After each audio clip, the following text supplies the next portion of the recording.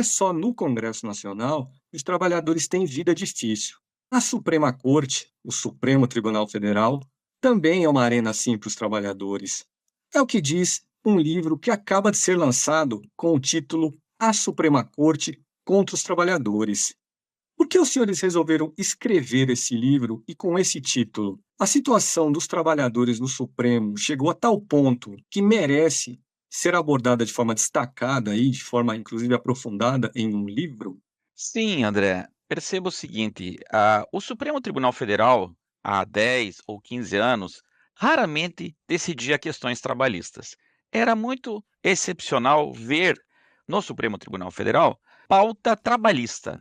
No entanto, as coisas mudaram de uns tempos para cá.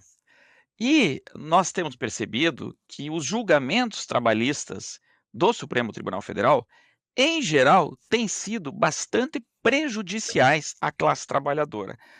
Tem a jurisprudência do Supremo caminhado no sentido de reduzir direitos.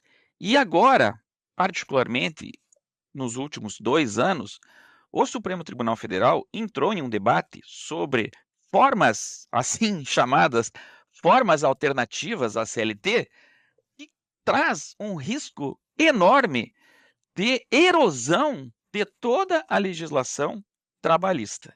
Existe uma certa ideia, não é, de que nós temos uma Suprema Corte progressista, não é, e até a direita ataca muito o Supremo dizendo: "Ah, os ministros são comunistas, são esquerdistas, são favoráveis ao governo Lula", e isso não é verdade, porque de fato o Supremo ele tem uma agenda, vamos dizer assim, progressista em questões morais, questões relativas a minorias, e que vejam, é uma pauta liberal, né, vamos lembrar o seguinte, se você é um liberal de verdade, você não vai proibir o casamento gay, né, porque isso é um assunto privado.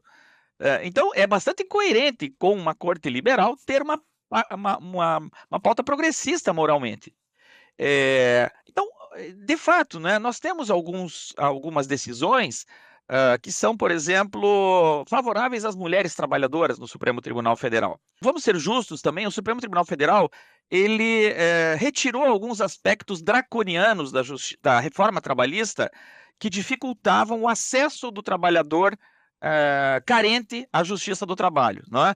Que, por exemplo, estabeleciam condenação de honorários, de sucumbência para trabalhadores que ganham, salários baixos. Então, o Supremo tirou alguns excessos que eram realmente, bastante, duros, não é, da reforma trabalhista.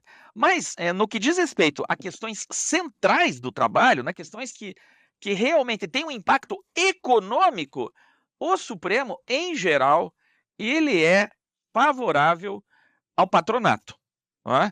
Eh, ah, Também podemos, lembrar aqui o caso do financiamento sindical, né, e aqui o Supremo, num primeiro momento foi bastante radical, dizendo que o sindicato só podia, cobrar contribuições dos seus filiados e nenhum outro tipo de contribuição. Depois eles viram que isso ia quebrar todos os sindicatos, né, e quebrar todos os sindicatos também não é interessante para o próprio patronato, né, que precisa ter ali uma mediação para resolver greves, etc. Então, depois eles atenuaram essa decisão e permitiram que sejam estabelecidas contribuições fixadas em assembleia dos trabalhadores. Então, o Supremo deu um passo atrás, mas o sentido geral das decisões do Supremo, não é? Pelo menos dessa corte aí liberal, ele é bastante desfavorável à classe trabalhadora. E especialmente nesse tema da pejotização. Esse tema da pejotização ele é central. Por quê? Você só tem direitos trabalhistas se o contrato de trabalho é reconhecido.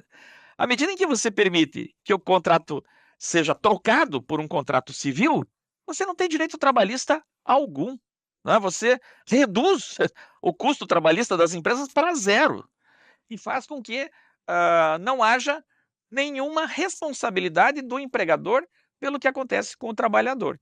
Vamos ver, né, se o Supremo vai de fato, tocar fogo no circo, né, se vai, seguir essa proposta bastante radical do ministro Gilmar Mendes.